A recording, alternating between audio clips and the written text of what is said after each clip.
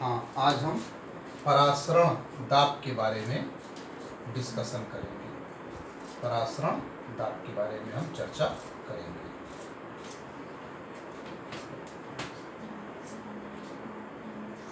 परासरण दाब, इंग्लिश में इसको ऑस्मोटिक प्रेशर कहते हैं। Osmotic pressure.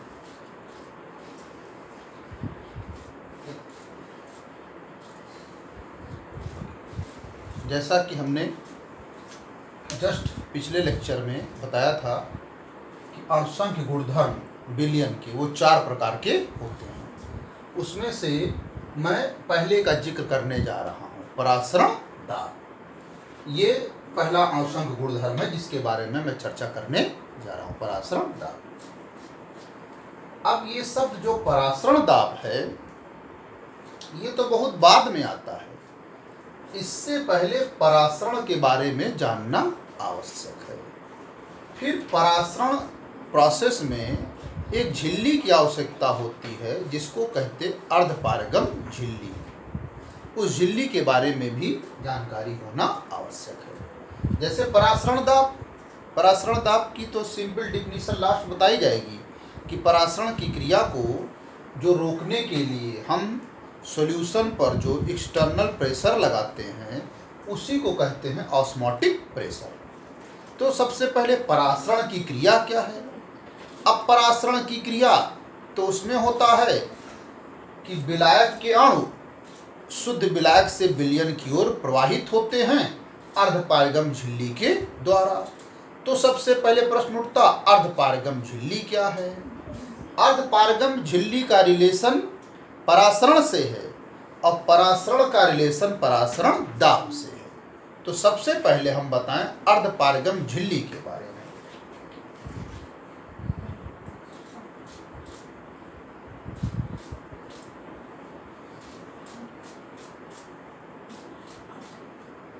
अर्धपारगम झिल्ली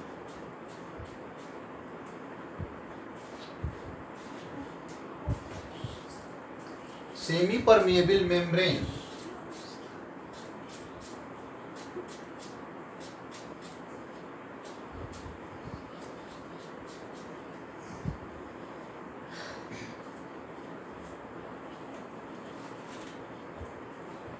शॉर्ट में SPM। अब ये अर्धपारगम झिल्ली क्या होती है, तो जैसा कि नाम से स्पष्ट है अर्धपारगम में यानी आधे को पार होने देती है। अब आधा कौन, तो सॉल्यूशन के 2 कंपोनेंट्स सोल्यूट और सॉल्वेंट, विलयन के 2 घटक विलेय और विलायक। तो आधा विलेय हुआ आधा विलायक। तो ये झिल्ली केवल आधे को पार होने देती है। उस आधे में आता है विलायक, यानी वो झिल्ली जो अपने में से केवल विलायक के अणुओं को पार होने देती है, उस झिल्ली को हम कहते हैं अर्धपारगम झिल्ली।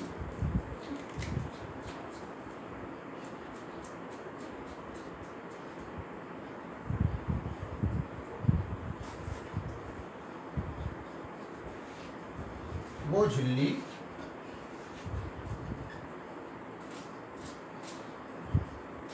जो अपने में से केवल विलायक के अणुओं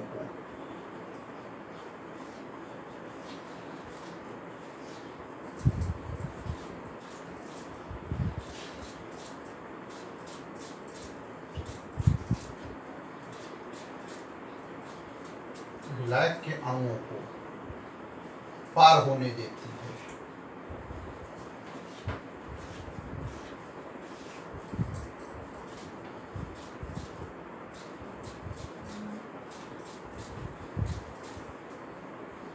उस झिल्ली को हम कहते हैं अर्धपारगम झिल्ली। यानी आप कह सकते हैं that membrane which allows to pass only solvent molecule through itself is known as semi permeable membrane. यानी अपने में से केवल किसको पार होने देती, विलायक के अणुओं को। जैसे इसमें उदाहरण में जैसे किशमिश का बाह्य आवरण,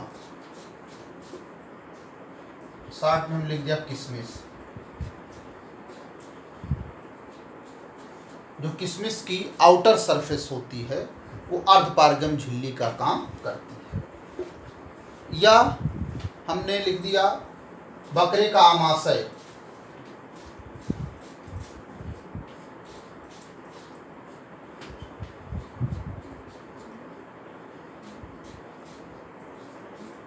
या एग मेम्ब्रेन, अंडे की झिल्ली।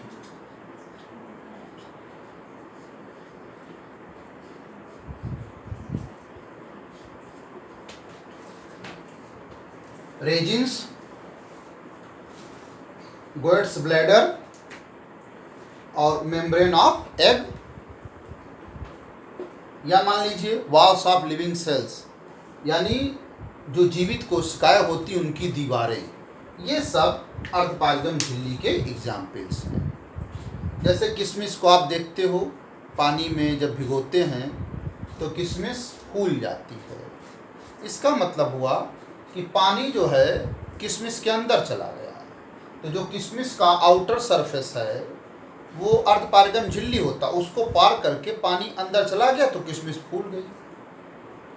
अंडे की झिल्ली, तो जैसे अंडे को देखिए, जब बॉयल करते हैं तो अंडा फूल जाता है तो उसमें पानी अंदर चला जाता है। या आमाशय में, या आप जो है वॉल्स देखे लिविंग सेल्स की, जैसे आप जो है मुरझाया फूल है और उसको पानी में रख दीजिए तो पानी उसके अंदर चला जाता है और फिर से वो फूल ताज़ा हो जाता है। तो इनके जो आउटर सरफेस हैं ये सब अर्धपारगम झिल्ली का काम करते हैं। लेकिन ये जो नेचुरल मेम्ब्रेन्स हैं यानी प्राकृतिक झिल्लियाँ, ये पूरी तरह अर्धपारगम में नहीं हैं। यानी इसमें से पूरा का पूरा सॉल्वेंट मॉलिक्यूल पास नहीं हो पाता। ये 90% जिसको कह सकते हैं, 10% नहीं। तो हमारे साइंटिस्टों ने एक आर्टिफिशियल मेम्ब्रेन बनाई, यानी कृत्रिम झिल्ली, जो 100% अर्धपारगम झिल्ली का कार्य करती है। वो है क्यूप्रिक फेरोसाइनाइड। ये पूर्णतः अर्धपारगम झिल्ली का काम करती है।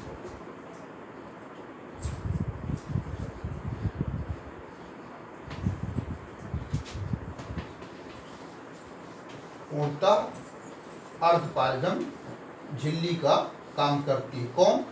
Cupric ferrocyanide, Cu2 FeCN6, cupric ferrocyanide, cupric ferrocyanide.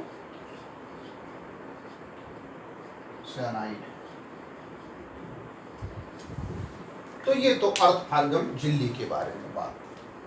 अब अर्धपारगम झिल्ली संबंधित है परासरण की क्रिया से, तो उस हम परासरण की क्रिया का हम उल्लेख करने जा रहे हैं, यानी परासरण के बारे में, ऑस्मोसिस। हाँ, अब हम बात करने जा रहे हैं परासरण की। तब हम बात करेंगे परासरण की। What is osmosis? परासरण क्या है?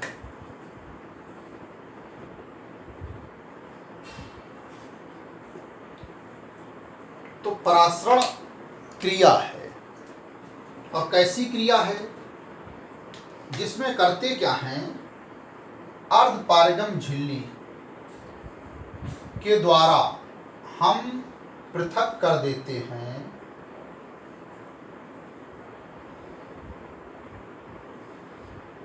प्योर सॉल्वेंट को और सॉल्यूशन को। जैसे ये एक हमने पॉटली बर्तन लिया और इसमें बीच में हमने लगा दी अर्धपारगम झिल्ली, SPM, सेमी परमिएबल मेम्ब्रेन, अर्धपारगम झिल्ली लगा दी, और एक तरफ रख दिया प्योर सॉल्वेंट, शुद्ध विलायक,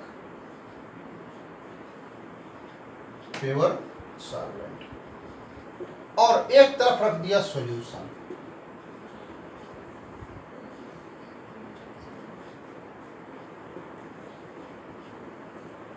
इधर प्योर सॉल्वेंट जैसे वाटर, पानी रख दिया, ये पानी के मॉलिक्यूल्स हैं।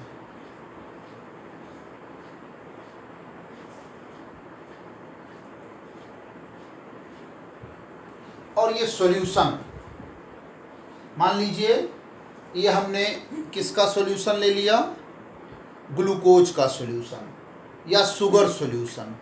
तो सॉल्यूशन में दो होंगे, सॉल्यूट और सॉल्वेंट। जैसे हमने शुगर सॉल्यूशन ले लिया तो शुगर को किस में हम डिसॉल्व करेंगे, वाटर में। तो शुगर होगा आपका सॉल्यूट और वाटर होगा सॉल्वेंट। तो इसमें दो पार्टिकल होंगे, बड़ा जो पार्टिकल वो तो सॉल्वेंट हम कह दे रहे हैं, और जो छोटा पार्टिकल होगा वो सॉल्यूट, ऐसे छोटा बना दे रहे हैं।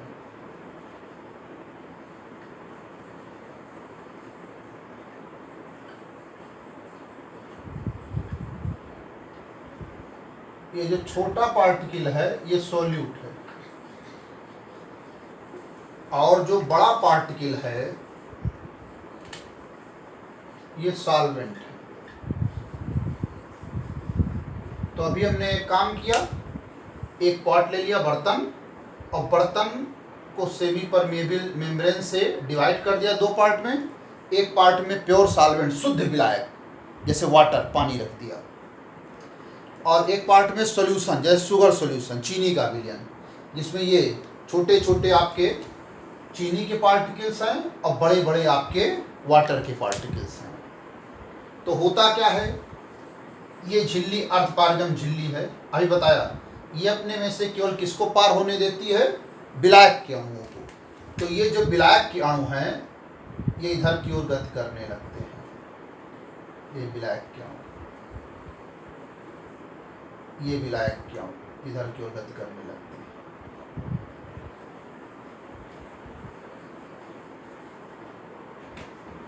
ये विलायक के अणु इधर की ओर गति करने लगते हैं, और ये भी विलायक का अणु है, ये भी इधर को गति करने लग रहा है। ये विलायक के अणु अर्धपारगम झिल्ली के द्वारा विलायक से विलयन की ओर जाने लगते हैं। अब देखिए होता क्या है, सॉल्यूशन में भी विलायक के अणु हैं, लेकिन सॉल्वेंट की तुलना में कम।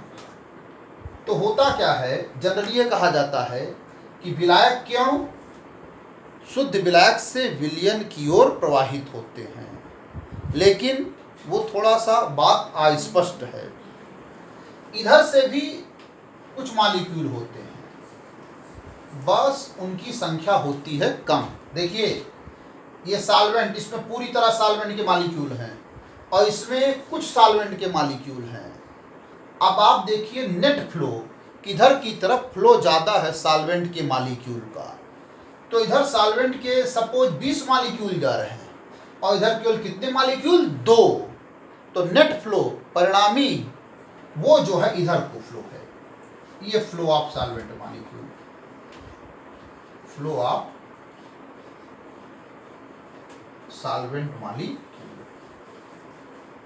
यानी विलायक के अणुओं का जो नेट प्रवाह हो रहा है वो शुद्ध विलायक से विलयन की ओर हो रहा है। इसी प्रोसेस को हम कहते हैं ऑस्मोसिस।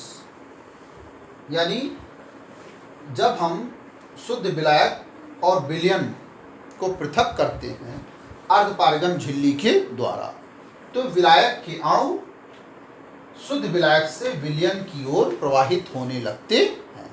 यही क्रिया कहलाती परासरण। यानी हम कह सकते हैं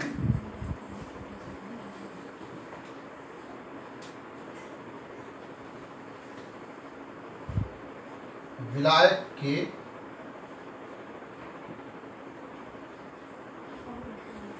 अणु शुद्ध विलायक से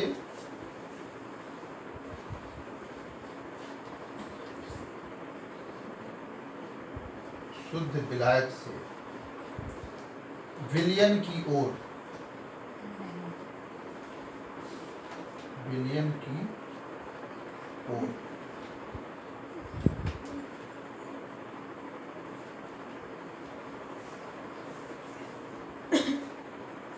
विलायक के अणु शुद्ध विलायक से विलयन की ओर प्रवाहित होते हैं।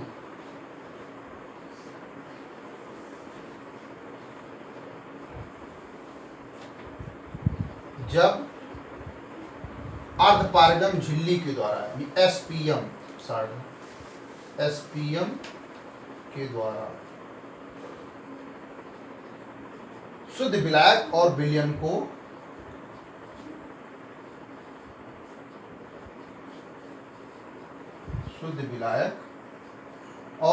को पृथक करते हैं।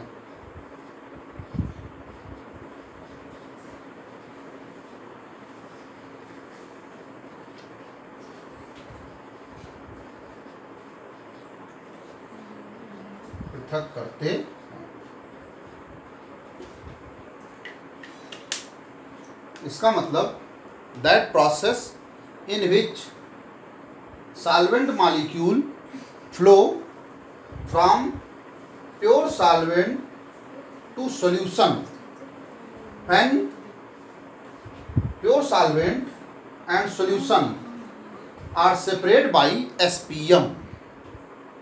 तो ये जो क्रिया होती है इसको हम कहते हैं ऑस्मोसिस। अब इसी को हम दूसरे तरीके से भी कह सकते हैं, या अगर हम दो विलयन लेते हैं, तन विलयन और सांद्र विलयन, या जहां शुद्ध विलायक है वहां पर तन विलयन और जहां पर विलयन है वहां पर सांद्र विलयन, या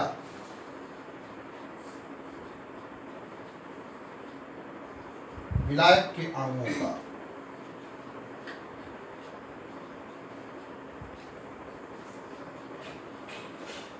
तन विलयन से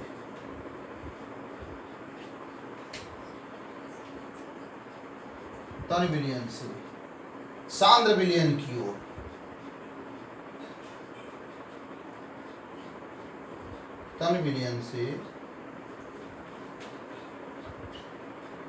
सांद्र विलयन की ओर प्रवाह, ये भी परासरण कहलाता है। इसको भी कहते हैं परासरण।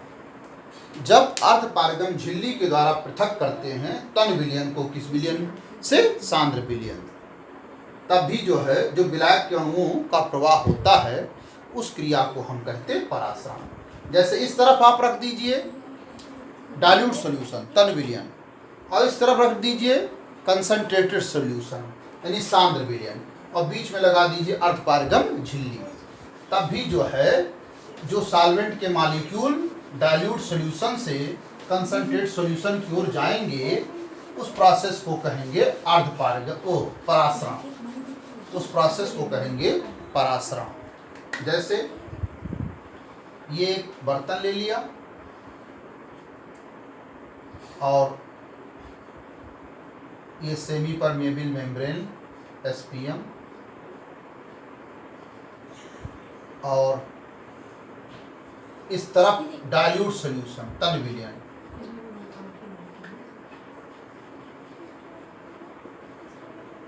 और इस तरफ कंसंट्रेट सॉल्यूशन सांद्र विलयन,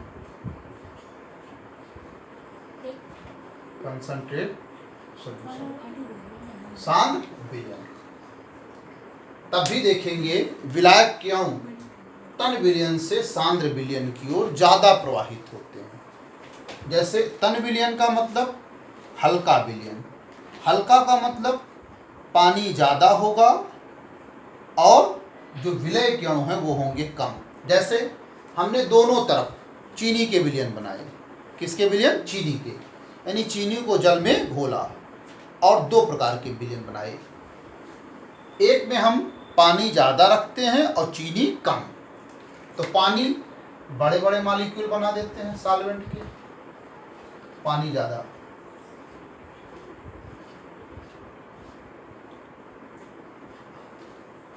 और चीनी के मॉलिक्यूल शुगर के हम कम रखते हैं। ये हमने रख दिया। ये डाइल्यूट सॉल्यूशन है, हल्का, पानी ज़्यादा चीनी कम। और इस तरफ जो हम सॉल्यूशन बना रहे हैं इसमें क्या करते हैं, चीनी ज़्यादा पानी कम, चीनी ज़्यादा पानी कम यानी गाढ़ा विलयन, उसी को कंसंट्रेट यानी सांद्र विलयन कहते हैं। उल्टा ये जो चीनी के अणु हैं वो ज़्यादा,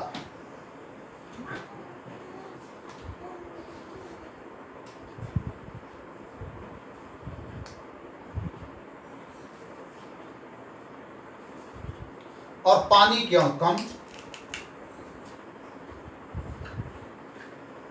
अब आप देखिए, तो अर्धपारगम झिल्ली है, ये अपने में से किसको फ्लो होने देती, केवल सॉल्वेंट के मॉलिक्यूल को, यानी जो हमने ब्लू कलर से दिखाया है, बड़े बड़े जो होल्स दिखाए हैं।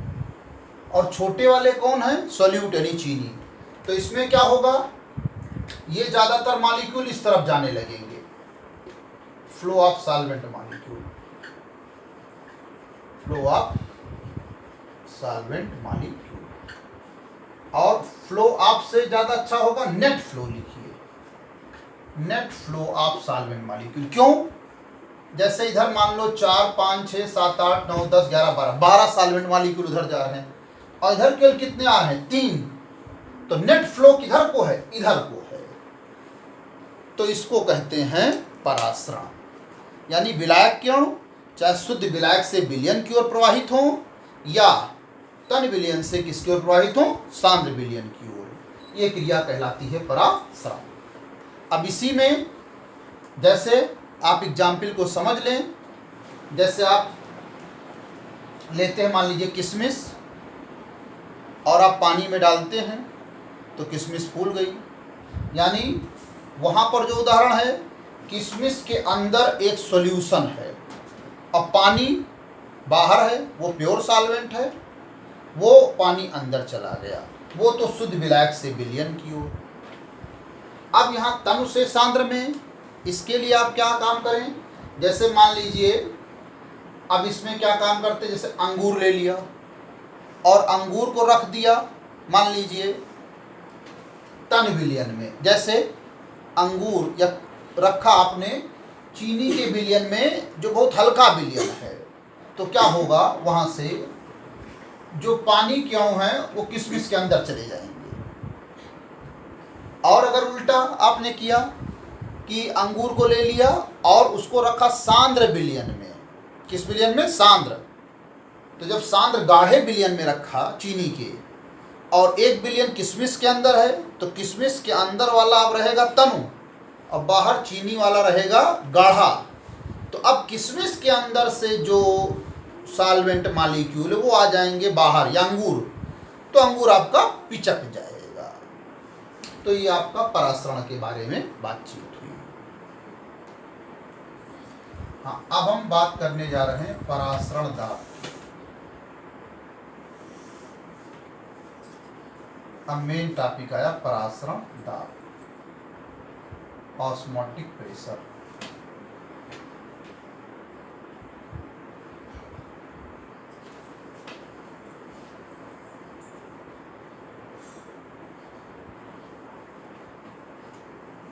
परासरण दाब, तो परासरण दाब का मतलब है कि परासरण की क्रिया को रोकने के लिए जो विलयन पर आवश्यक अतिरिक्त न्यूनतम दाब लगाते हैं, उसी को हम कहते हैं परासरण दाब। जैसे हमने लिखा, परासरण की क्रिया को रोकने के लिए, परासरण की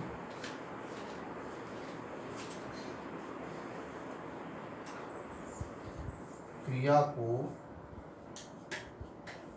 रोकने के लिए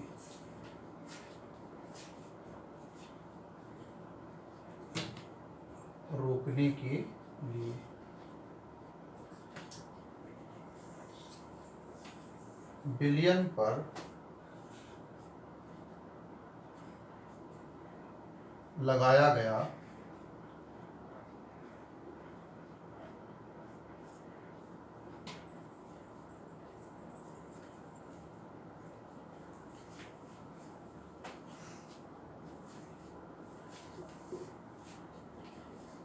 विलयन पर लगाया गया आवश्यक अतिरिक्त दाब,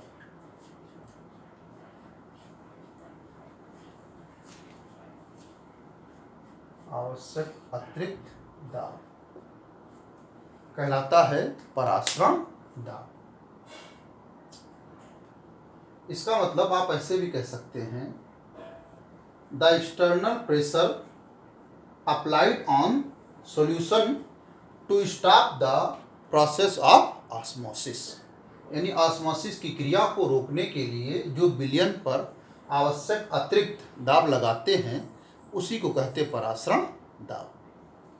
अब इसको देखिए, जैसे परासरण की क्रिया को देखना है तो हमने एक बर्तन लिया और बर्तन के बीच में अर्धपारगम झिल्ली लगा दी, सेमी परमेबल मेम्ब्रेन, और एक तरफ रख दिया सॉल्वेंट,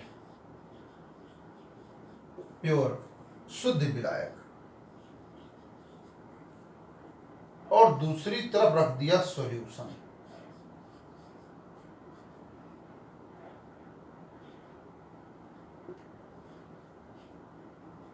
एक तरफ रख दिया शुद्ध विलायक और एक तरफ रख दिया विलयन।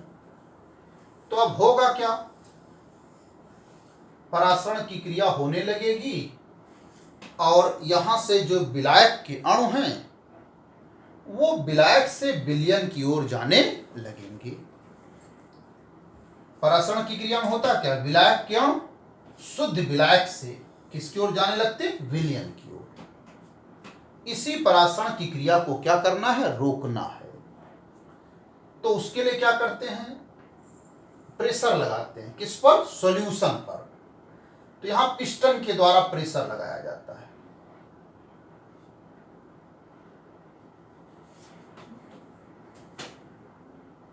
ये पिस्टन के द्वारा प्रेशर लगाते हैं, दाब लगाते हैं, किस पर, विलयन पर। इसको दबाते हैं जिससे ये चीज इधर रहे, यानी इसके जो पार्टिकल हैं वो इधर से इधर ना आने पाए। अब इसके लिए ये कैसे पता चला, तो जैसे सपोज हमने जो प्योर सॉल्वेंट पहले लिया था, मान लीजिए उसका लेवल यहां तक था,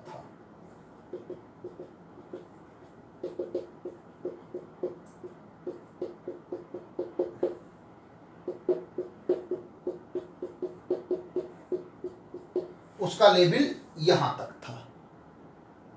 तो हम इतना प्रेशर लगाएं कि ये लेवल यहां तक मेंटेन रहे, यानी एक भी सॉल्वेंट के पार्टिकल प्योर सॉल्वेंट से सॉल्यूशन की ओर ना जाने पाए, यानी परासरण की क्रिया रुक जाए। तो यहां पर क्या लगाएंगे, आवश्यक अतिरिक्त दाब लगाएंगे, उसी दाब को कहते परासरण दाब। अब यहां पर हम प्योर सॉल्वेंट के स्थान पर बताया था डाइल्यूट सॉल्यूशन भी ले सकते हैं और कंसंट्रेटेड भी। प्योर सॉल्वेंट के स्थान पर इधर डाइल्यूट सॉल्यूशन तन विलयन,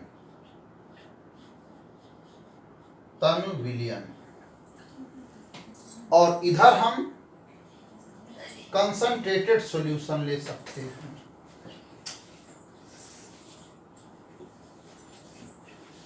इधर तन विलयन और इधर सांद्र विलयन, यानी हल्का विलयन और गाढ़ा विलयन।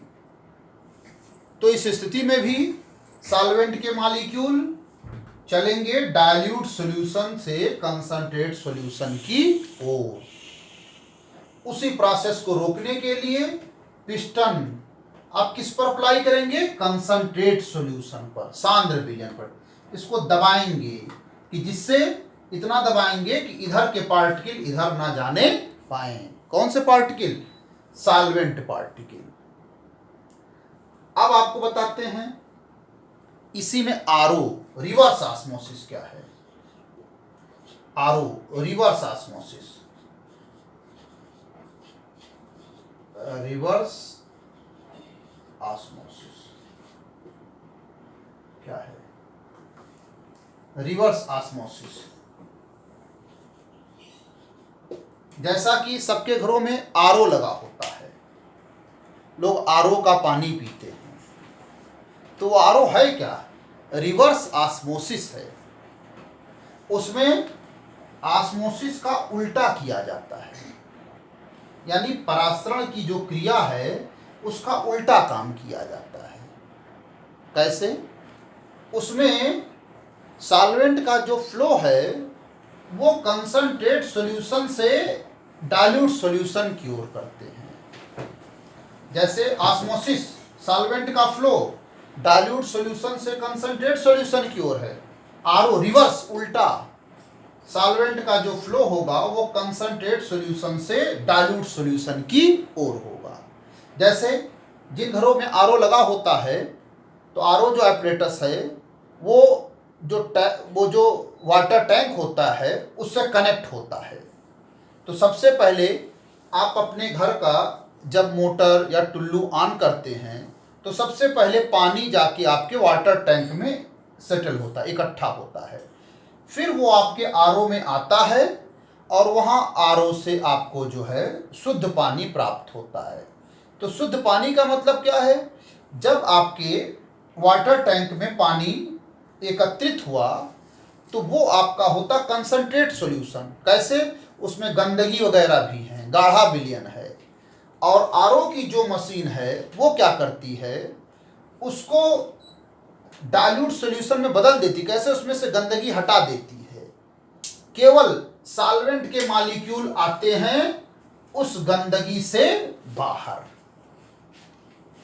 और उसके लिए करते क्या हैं? ये जो देखते हैं पिस्टन, जो परासरण का दाब है, इससे थोड़ा सा और ज़्यादा दाब लगाते हैं तो एक क्रिया रिवर्स होने लगती है। जो परासरण दाब है इससे थोड़ा सा और दाब बढ़ा देते हैं। तो जब दाब और बढ़ा देते हैं तो ये मॉलिक्यूल सॉल्वेंट के इधर से इधर आने लगते हैं। उसी प्रोसेस को कहते हैं रिवर्स ऑस्मोसिस। अब ये जो परासरण दाब की गणना है ये कैसे हम करते हैं, किस समीकरण के द्वारा? तो ये वान टॉप समीकरण के द्वारा हम परासरण दाब की गणना करते हैं। वान टॉप समीकरण के द्वारा हम करते हैं परासरण दाब की गणना।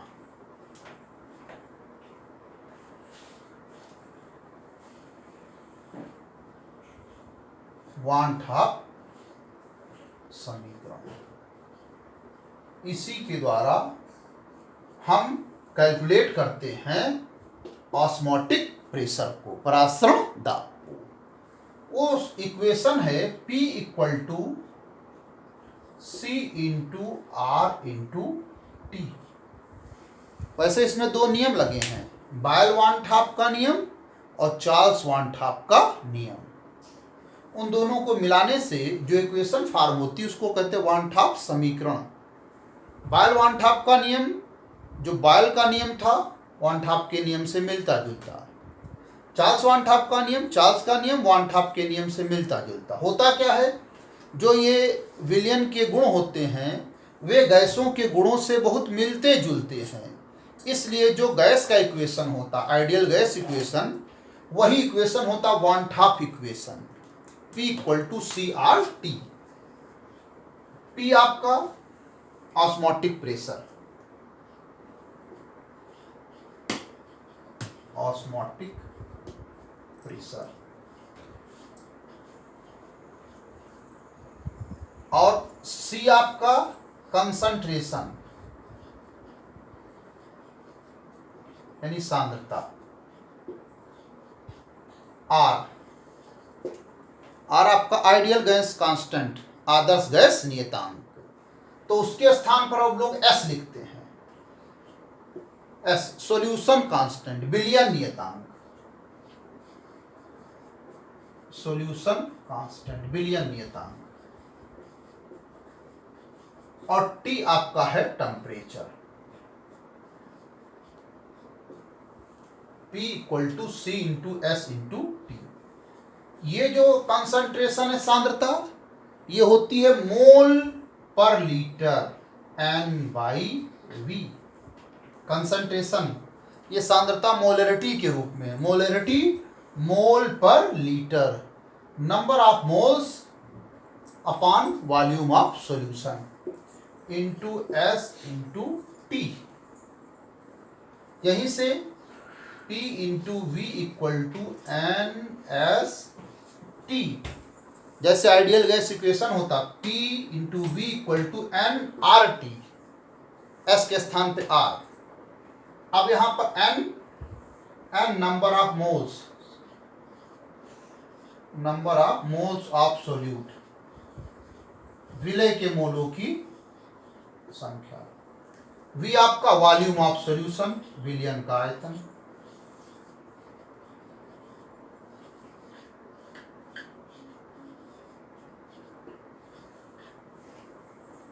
तो ये आपका वान-हाफ समीकरण PV = NST। अब शेष डिस्कशन हम अगले लेक्चर में करेंगे इस पर सवाल संबंधी।